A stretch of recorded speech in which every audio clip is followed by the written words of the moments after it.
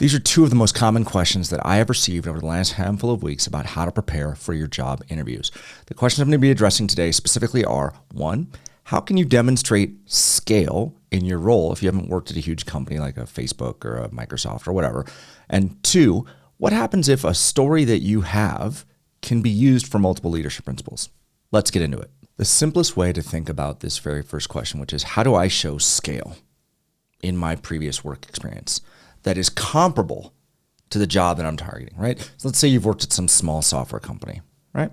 And you're going to go interview at Amazon. Well, as framed to me, and the questions that I get from people all the time is, I've never worked on $100 million revenue product. I've never worked with 1,000 people working for me, blah, blah, blah. All these things are all true. That's totally fine, right? I mean, Amazon, Microsoft, Facebook, Apple, all these big tech companies, they're very unique in the fact that they have enormous budgets, huge revenue line items, and a lot of people that work at these companies. The easiest way to think about this is dress for the job you want, not the job you have. What do I mean by that?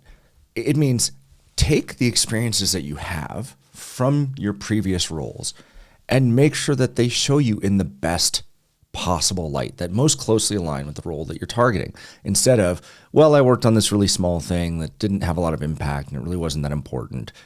That's unlikely to get the interviewer's attention, right? That's just not the right way to go about it. At the very least, you want to make sure that whatever story that you're communicating in the interview is you performing at the highest level at your company, within your industry, and it's an important role. It's something critical to the company. These are the things that someone who's looking at you is saying, do I believe they can perform here? Do I believe they can overperform at this company, even if they don't have the level of experience, size of company, size of a role, whatever, even if they don't have that necessarily shining through, what have they done with the opportunities that they've had? Whenever I was running teams and I would talk to folks that were working for me and we were kind of mapping out their careers, the way I would help them think about it is the most nerdy way possible of thinking about this, I assure you, was what is your acceleration? What is your velocity? What is your displacement? Yep, I get it. Super nerdy. But here's the thing.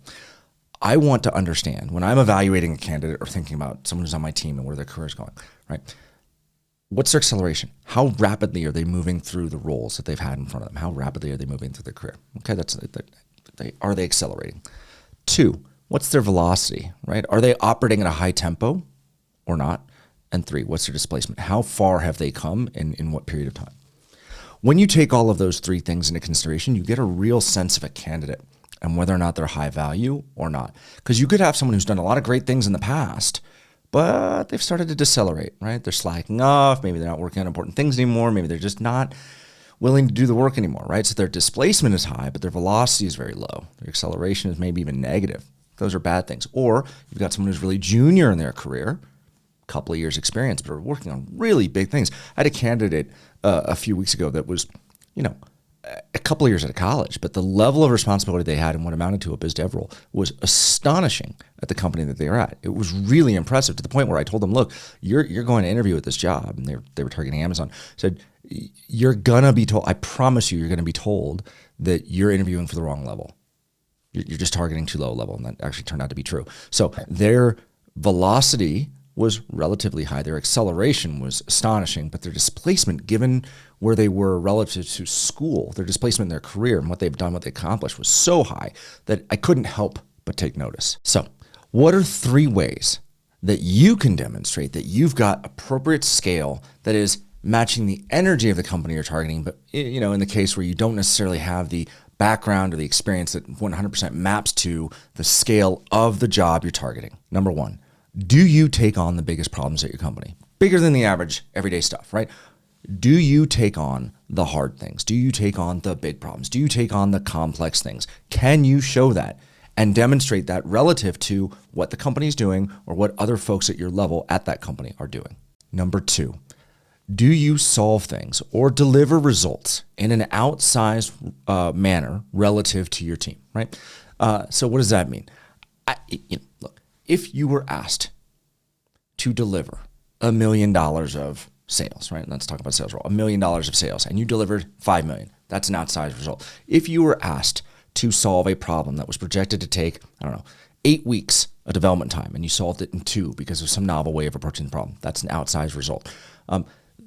being able to show that even in the context of where you're working and the problem spaces that are presented to you in the role that you're on, are you delivering results in an outsized way relative to your peers, relative to your team, relative to your company, relative to your industry? These are all hugely positive indicators that you can do more if given the opportunity. Finally, can you demonstrate with your story that you are the person that is consistently sought out to solve the hard things, to work on the complex problems, to take on the tougher challenges? Are you the go-to person in your organization?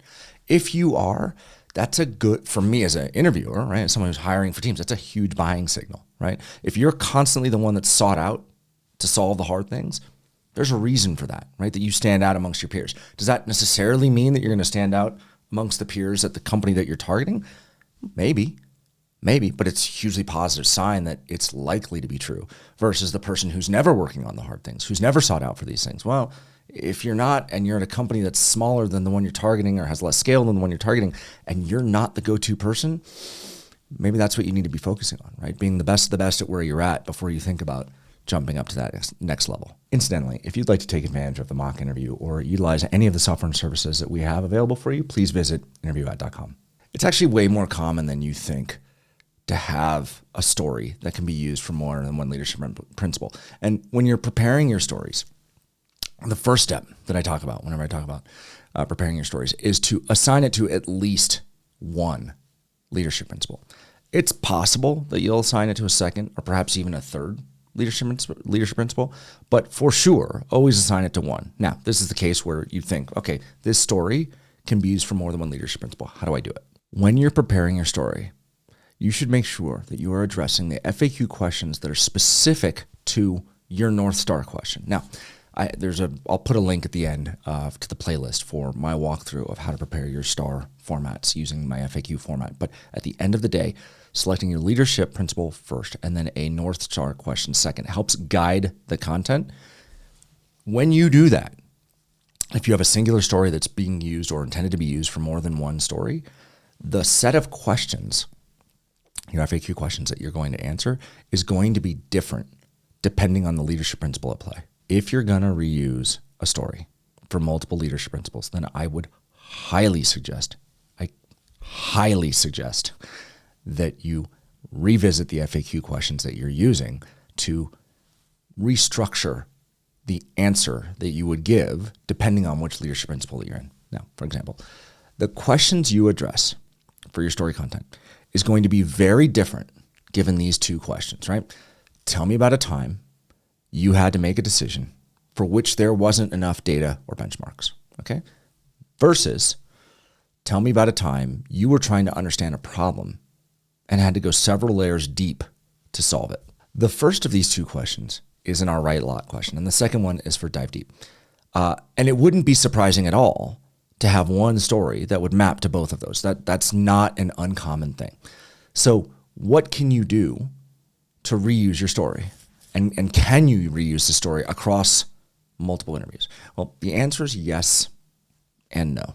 And that's kind of a bad answer, but it's true. It's yes and no, and here's how. So yes, you can reuse the story if, this is a heavy qualifier, if you've restructured the bulk of the content such that the general situation is the same, but the content of what you're delivering is different. Like you've kind of restructured the story. If you're telling largely the same story, just slightly differently, then that's bad.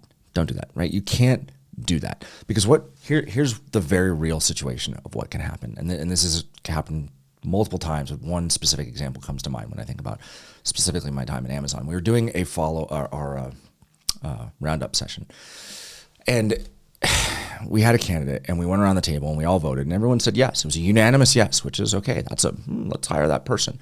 But as we talked through the feedback, each of the individual people who were covering out on their leadership principles, we talked through their feedback. We realized that for four of the leadership principles, the candidate had basically used the same story without really any adjustments in how they told the story, right? It loosely matched, but it was one story basically. And so, tiny holes that appeared on the edges of that candidate when, you brought everything into focus turned into a giant hole down the middle of the candidate. And we all then revoted and it went around the table. We went from a unanimous yes to a unanimous no. And this was because the candidate didn't show enough range, didn't show enough scale, which relates to the first question of this video, right? How do you demonstrate that you're showing enough scale? Don't reuse your content unless the revisiting of the FAQ questions significantly changes the content that you're delivering in the context of the answer. It might be the same situation that's being used for multiple leadership principles, but if you're going to use it twice in an interview, the content you deliver had better be significantly different, that it doesn't seem like you're creating that hole down the middle of you as a candidate. Another caveat to put onto this. Look, if you're junior in your career, really junior in your career, first 2, 3, sometimes even 4 years, you're not going to have a large number of stories to just draw from. It's true, and that's fine, and that's normal. You're going to get a lot more leeway if you reuse stories in your interview, or at least you should get a lot more leeway because, look, you just haven't done that much. The expectations are a lot lower. The later you get in your career, the more of a kind of don't do this warning you would have, right, in terms of reusing stories. But super early in your career, look, the expectations are pretty low on what you've accomplished. And it's not a knock. It's not a negative statement. It's not a red flag. It's just this is the reality of hiring young people. Hopefully at this point, over one of my shoulders, the playlist for how I would approach the STAR format and my FAQ add-on has popped up. I would strongly encourage all of you, if you haven't watched it, to go watch that playlist. It's going to help you a ton in your story preparation.